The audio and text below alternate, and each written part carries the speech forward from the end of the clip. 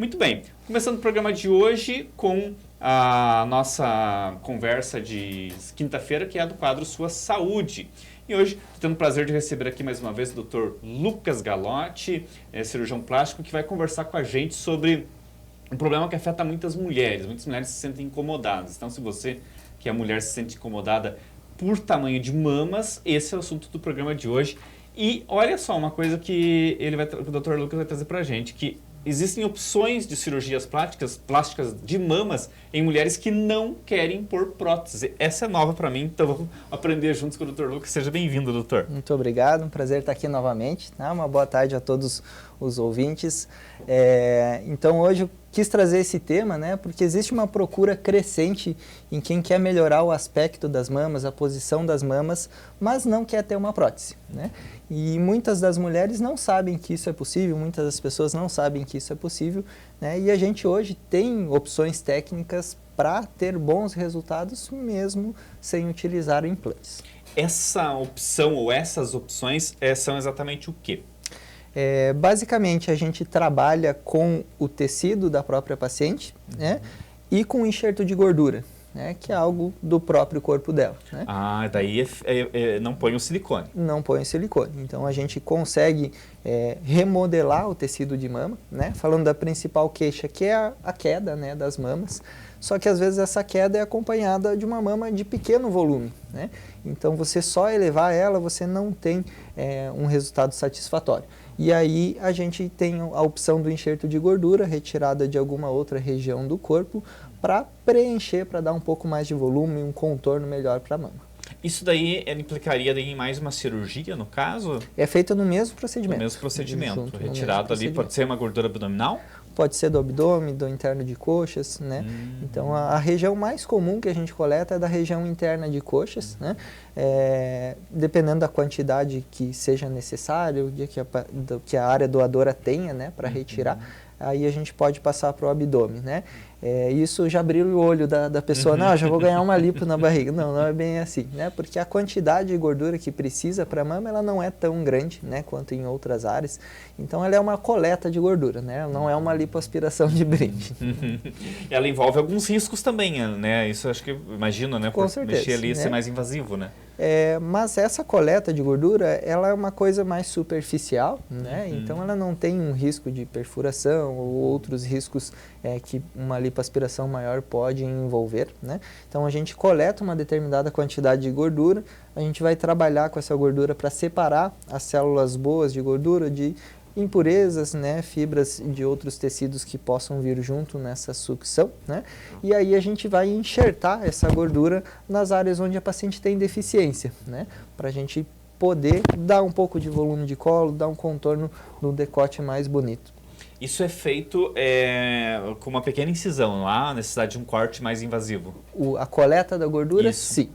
A coleta da gordura é feita com um cortezinho com menos de 1 centímetro. Nossa, não fica quase que imperceptível. Quase que imperceptível. Mas aí, como que o senhor decide se vai ser da interna das coxas, se vai ser do abdômen? Geralmente a gente examina, porque cada pessoa tem características anatômicas diferentes, Então tem pessoas que têm os membros inferiores, as coxas mais avantajadas, outras não têm tanta gordura ali, E aí a gente vê de onde a gente pode coletar, esse tecido. O senhor trouxe algumas imagens, fique à vontade para chamar que o Harry coloque para a gente poder entender melhor a Então, questão. A primeira imagem que eu gostaria de mostrar para vocês é de um caso onde a paciente já tem um tecido de mama ok, ela não gostaria nem de aumentar, nem de reduzir, mas ela se queixa muito de a mama ser caída, o que é comum acontecer com o passar da idade ou após a amamentação, após gestação, Então, essa primeira cirurgia, ela chama-se mastopexia, que nada mais é do que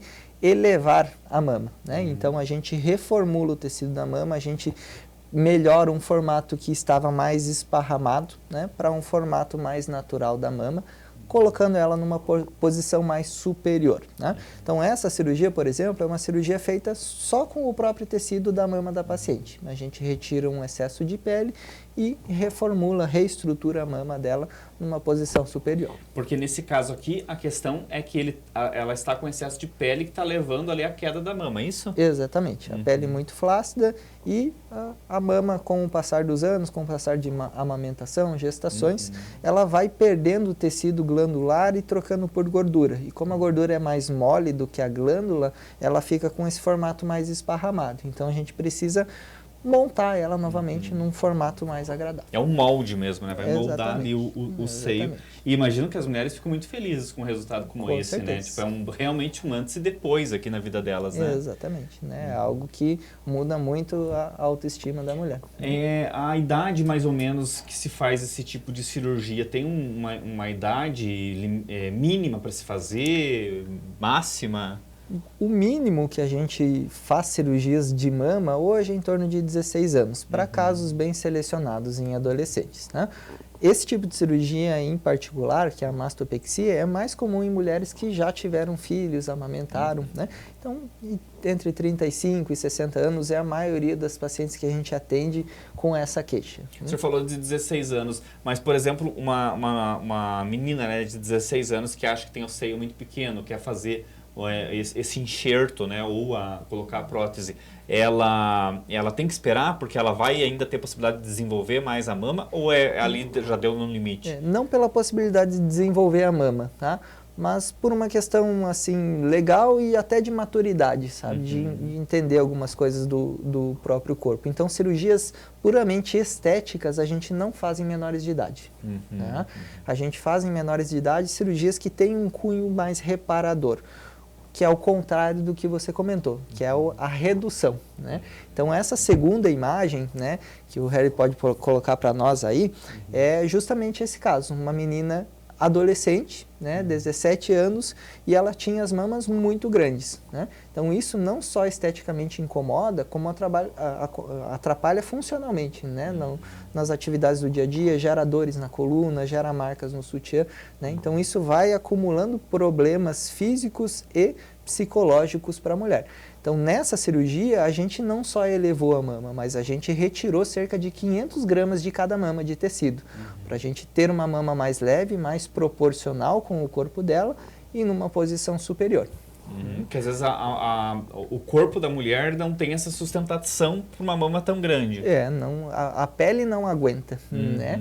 E a coluna também não aguenta, né? Às vezes, quando ela é adolescente, quando ela é um adulto jovem, ela pode não sentir dores, mas vai acontecer, né? Se você conversar com uma mulher mais velha que tem as mamas muito grandes, você vai ver que é o sonho da vida dela reduzir a mama, né? Porque isso é um problema físico muito sério, né? Além da questão estética. Então, claro que a gente busca um formato legal de mama, mas o principal objetivo dessa cirurgia é reparador, né? Via de regra, então, a mulher que tem a mama muito grande, ela vai ter problemas de coluna, problemas de dor nas costas. Exatamente, é muito excesso de peso, né?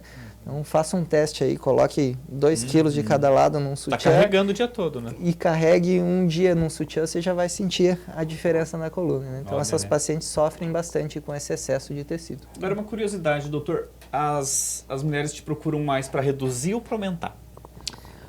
Às vezes isso é por temporada, sabe? Então, depende do período. Depende. Às vezes elas vêm com uma van, parece, para na frente da clínica, todo mundo quer a mesma coisa, né? Mas geralmente assim tem público distintos, né? A mulher que tem a mama muito pequena, ela às vezes fica até constrangida por se sentir com um peitoral mais masculinizado e procura um aumento com uma prótese, né? Assim como a mulher que tem a mama muito grande quer reduzir, a mulher que está satisfeita com o volume, mas está com a mama muito caída, quer elevar. Então depende muito da fase da vida que ela está vivendo, né? E das características anatômicas. E é sempre importante destacar, né, que o Dr. Lucas, como um bom profissional, ele analisa cenário por cenário. Quer dizer, não é porque a mulher quer, né, que vai ser feito, não é, e também não é porque é da vontade dele, é porque às vezes a pessoa está tão iludida com uma situação que ela não vai obter aquele resultado e ela pode se arrepender mais tarde do que ela está fazendo, né? E o maior arrependimento é quando a mulher já tem a mama muito grande, né, como esse último caso que a gente observou, e quer colocar prótese, né? Esse é a receita do desastre. Do desastre. Né? Então, a prótese ela é muito boa para quem tem a mama muito pequena. Para quem tem a mama grande, ela não é boa, né? Porque ela vai agregar mais problema para a paciente e ela esteticamente não vai dar o mesmo resultado da mulher que tem a mama pequena e aumenta, né? Então, às vezes a gente recebe paciente com mama grande, eu queria colocar prótese. Reduzir a mama e colocar prótese. E aí eu peço, me manda uma foto de como você quer ficar. Ela manda uma foto do oposto, né? Daquela paciente que não tem nada de mama e aumentou. Você não vai ficar assim, né? Então aí a gente começa a trabalhar alinhando expectativa com a realidade, né? Então, pacientes que têm a mama muito grande, elas não devem colocar implante, elas devem reduzir. Reduzir, né? O senhor trouxe um vídeo também, queria que o senhor explicasse pra gente o que tem nesse vídeo. Exatamente. Esse vídeo, então, é sobre aquilo que a gente comentou no início, né? Do enxerto de gordura. Então, é uma paciente que tem uma mama de médio para pequeno volume, mas não quer ter prótese. A mama dela estava numa posição mais baixa, ela teve seus filhos, amamentou, a mama cedeu um pouco e ela queria elevar a mama, só que queria um pouquinho mais de volume, né? É comum que a mulher perca um pouco de volume depois de gestação e amamentação na mama, né? E aí a gordura, ela veio, né, para ajudar a gente a dar um pouquinho de volume em áreas onde faltava, que é a parte de cima do colo, né, e a parte do decote. Então a gente usou todo o tecido que ela tinha, tirou um pouco do excesso de pele, elevou a mama, elevou a posição da areola e enxertou uma gordura, né, que a gente retirou da parte interna das coxas, dentro da musculatura do músculo peitoral e por rente à pele também, né? Então vocês vejam como parece às vezes até que é uma prótese, né? Como se fosse um resultado de uma prótese pequena, mas é um resultado possível somente com gordura. Então aí a gente enxertou cerca de 150 ml de gordura em cada mama, né? E vocês vejam que deixa um resultado muito bonito. Então existe essa opção, né? A gente só não consegue, né, oferecer esse tipo de resultado para aquela mulher que realmente não tem nada de tecido, né? Existem mulheres que não tem nada de mama, é só, né, uma pelezinha e a areola. Aí essa paciente só vai ter um resultado bom com prótese. Com prótese, com silicone, né? O Exatamente. famoso silicone.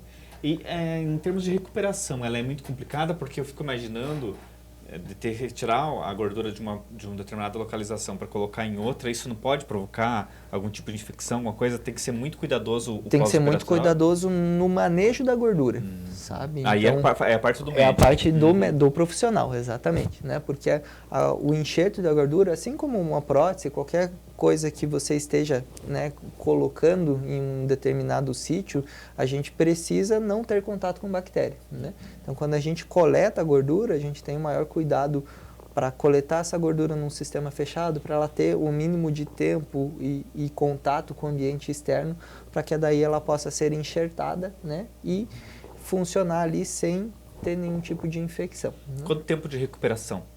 A recuperação para cirurgias de mama sem, né, elevação, redução ou elevação com gordura, em torno de 15 dias, tá? Para quem não trabalha com esforço físico, né? Se eventualmente a mulher trabalha carregando peso ou fazendo muito esforço, aí é 30 dias de afastamento do trabalho. Tá? Mas em torno de 15 dias a maioria consegue retornar. Consegue retornar tranquilo. É um período relativamente curto, né? Exatamente. Né? Então é uma recuperação rápida. As cirurgias de mama, em geral, elas têm recuperação bem mais rápida do que cirurgias de contorno corporal. Doutor, a Emanuele está perguntando aqui, em casos onde há uma indicação por questão de saúde, de redução de mama, existe isso pelo SUS ou só fazendo particular? Não, existe isso pelo SUS, né? Só que aí a porta de entrada do SUS para qualquer procedimento é a unidade básica de saúde, né? Então, as pacientes que dependem do SUS, elas devem, e têm a mama muito grande, elas devem ir à unidade básica de saúde, né? Informar para o médico lá da unidade durante a consulta que elas têm esse problema com as mamas grandes e desejam reduzir, e ele vai encaminhar elas para cirurgia plástica, né? Então, geralmente, essas pacientes são encaminhadas para um sistema universitário. Aqui em Santa Catarina, acredito que somente o Hospital Universitário da UFSC que faça essas cirurgias. Deve ser uma fila enorme, né? Deve ser uma fila grande, mas deve ser o único lugar do estado que abrange esse tipo de procedimento pelo SUS. E tem que estar bem documentado que aquilo é uma cirurgia realmente por questões de saúde, não estética. Exatamente, porque senão ela nem seria encaminhada, né? Ela nem chega nem a entrar na fila para esse procedimento. E aqui em Canoinhas, né, que fique claro, nenhum médico atende o SUS, né, nesse sentido. É que na verdade só o encaminhamento, nem que você queira, né? Às vezes a pessoa pergunta, por que você não faz tal coisa pelo SUS? Não é só a gente querer também, né? O Sistema Único de Saúde, ele tem as suas referências, né? Então, o hospital precisa ser cadastrado para aquele tipo de procedimento, para o hospital poder receber do SUS e poder oferecer esse tipo de tratamento para a população, né? Então, geralmente, esse tipo de procedimento mais complexo, ele vai para sistemas de referência, para hospitais maiores e universitários. Entendi. A Ana está perguntando se tem contraindicação do silicone. Acho que ela quer saber se tem algum efeito colateral, uma pessoa que não possa usar o Sim, silicone. Existem contraindicações, né? A primeira contraindicação é essa que a gente comentou, já ter mama em excesso, né? Na prática, existem profissionais que fazem redução de mama e colocam prótese. Eu não vejo isso com bons olhos, né? Eu acho que é uma cirurgia que traz muitos problemas e tem riscos de complicação. Algumas doenças autoimunes, quando muito descontroladas, elas também são uma contraindicação para o uso do silicone, né? Porque doença autoimune, o corpo ataca ele mesmo. E se você coloca um corpo estranho ali, ou qualquer que seja o tipo de prótese, a tendência é eles não aceitar, tá? Mas são poucas as contraindicações para o uso do silicone em geral, né? E essa pergunta da Marília aqui mais ou menos bate com essa sua resposta, que é se o silicone, o corpo pode rejeitar. A maioria dos casos que vocês veem na internet sobre rejeição, na verdade, é a contaminação, né? Então, quando a gente tem uma contaminação, digamos, uma cirurgia de abdômen, teve uma infecção, você vai lá, toma um antibiótico e resolveu o problema. Se tem uma contaminação em um corpo estranho, uma prótese, né, seja uma prótese de silicone do cirurgião plástico, seja uma prótese de joelho do ortopedista, você tem que tirar, né? Porque por mais que você tome antibiótico, o antibiótico não chega ali, não é um tecido do corpo, então ele vai estar sempre infectado, né? Então, a maioria dos casos onde o corpo expulsa, não é que o corpo expulsou o silicone em si, é porque o silicone foi contaminado, seja no ato cirúrgico ou por algum cuidado errado no pós-operatório, e aí isso vai expulsar, vai precisar ser retirado. Via de regra, por si só, ele não é... Por si só, hoje a cápsula da prótese ela é muito compatível com o corpo, né? Mas aí, claro, a gente está falando de locais credenciados, locais avalizados, né, por os órgãos de saúde, tudo, porque existe o silicone clandestino, né? Exatamente, né? Então, às vezes a gente recebe no consultório pacientes que foram para Bolívia, para o Paraguai fazer cirurgias e vem com problemas enormes, né? Mas aí é um submundo, né? Que não é coisa que o senhor trabalha, obviamente, né? Mas o senhor chega daí a ter que fazer Às vezes a gente tenta fugir, né? Fazer um reimplante, né? Mas geralmente essas pessoas que têm ou tiveram problemas, né, na primeira cirurgia, seja qual foi, né, mesmo que tenha usado um implante bom, tenha feito num lugar bom, pode eventualmente acontecer, e o certo é fazer o explante, daí ela só retira. Doutor, tem uma pergunta aqui que a pessoa não quis identificar, mas aqui é um desafio dos 30 para o senhor aqui, ó, para se virar nos 30. O que o senhor acha sobre essa proliferação de procedimentos? Todo mundo faz procedimento, inclusive quem não é cirurgião plástico, aplica, ele não soube dizer que é o nome, mas esse que aplica no rosto, né? Preenchedor, essas coisas assim, falou que aplica no rosto, mas essas coisas. Como a gente pode se prevenir enquanto sociedade desse tipo de coisa? Existe onde você consultar, por exemplo, se a pessoa é profissional, não é? Para médicos, né, você pode consultar a formação do profissional no Conselho Federal de Medicina, né? Tem muita gente que se intitula especialista, mas na verdade não é. Então você entra no site do Conselho Federal de Medicina, né? Tem que ter o RQE, vai estar lá se ele é especialista ou não, né? Com relação aos procedimentos, é algo polêmico. Porque realmente, né, a legislação liberou para muitos profissionais, né? Sim, hoje tem muita coisa que já é liberada, outros profissionais fazerem, né? Eu acho que a população em geral tem que ter uma linha de pensamento, que é o que eu pensaria se eu fosse paciente de qualquer coisa que seja, né? Qualquer procedimento, ele tem riscos, ele tem possíveis complicações, né? Aí, quando vou escolher um profissional, eu avaliaria, se acontecer tal coisa, esse profissional é capacitado para tratar essa complicação, né? Porque quando dá certo, mil maravilhas, né? Mas e se der errado, né? Então, pensar nessa possibilidade antes de escolher alguém para fazer algum procedimento. E também ficar muito atento porque Instagram, rede social, tem muita gente que, claro, todo mundo quer promover seu trabalho, né? Mas também está sendo usado por muitos falsários, por muitos falsos profissionais, né? E a gente já viu casos aí, graças a Deus aqui em Canoinhas não, mas no Brasil tem vários exemplos, né? De pessoas que chegaram a morrer porque depois se descobriu que o profissional não tinha nada daquilo que dizia que tinha, né? Sim. Porque entre você dizer que você é um doutor, que você é um especialista e ser de fato, né? Vai-se aí uma longa distância, né, doutor? Eu acho que esteticamente, às vezes, as pessoas se empolgam muito, né? E eu acho que a estética você tem que pensar com mais calma antes de mudar algo no teu corpo, né? Você tem que estudar mais sobre tal procedimento, sobre, né, os benefícios e os malefícios, né? Porque nem tudo são flores, né? Na cirurgia plástica, por exemplo, você vai ganhar um benefício, mas você vai ter cicatrizes, você, né, vai correr alguns riscos, então você tem que dosar para ver se aquilo é vantajoso para ti, né? Aí a dica, né? Dr. Lucas Galotti, sempre um prazer recebê-lo aqui. Deixa seu arroba, né, do Instagram para o pessoal te seguir. Lá tem algumas dicas que ele dá também, mostra algumas cirurgias, né? A gente está sempre no Instagram divulgando conteúdo, divulgando, né, exemplos de cirurgia com o objetivo de informar, né, justamente para vocês estudarem melhor sobre o que vocês desejam fazer. Estamos lá no @cirurgia plástica moderna, siga-nos lá, né? Será um prazer tirar dúvidas, outras dúvidas que tenham por lá também, fiquem à vontade para me mandar.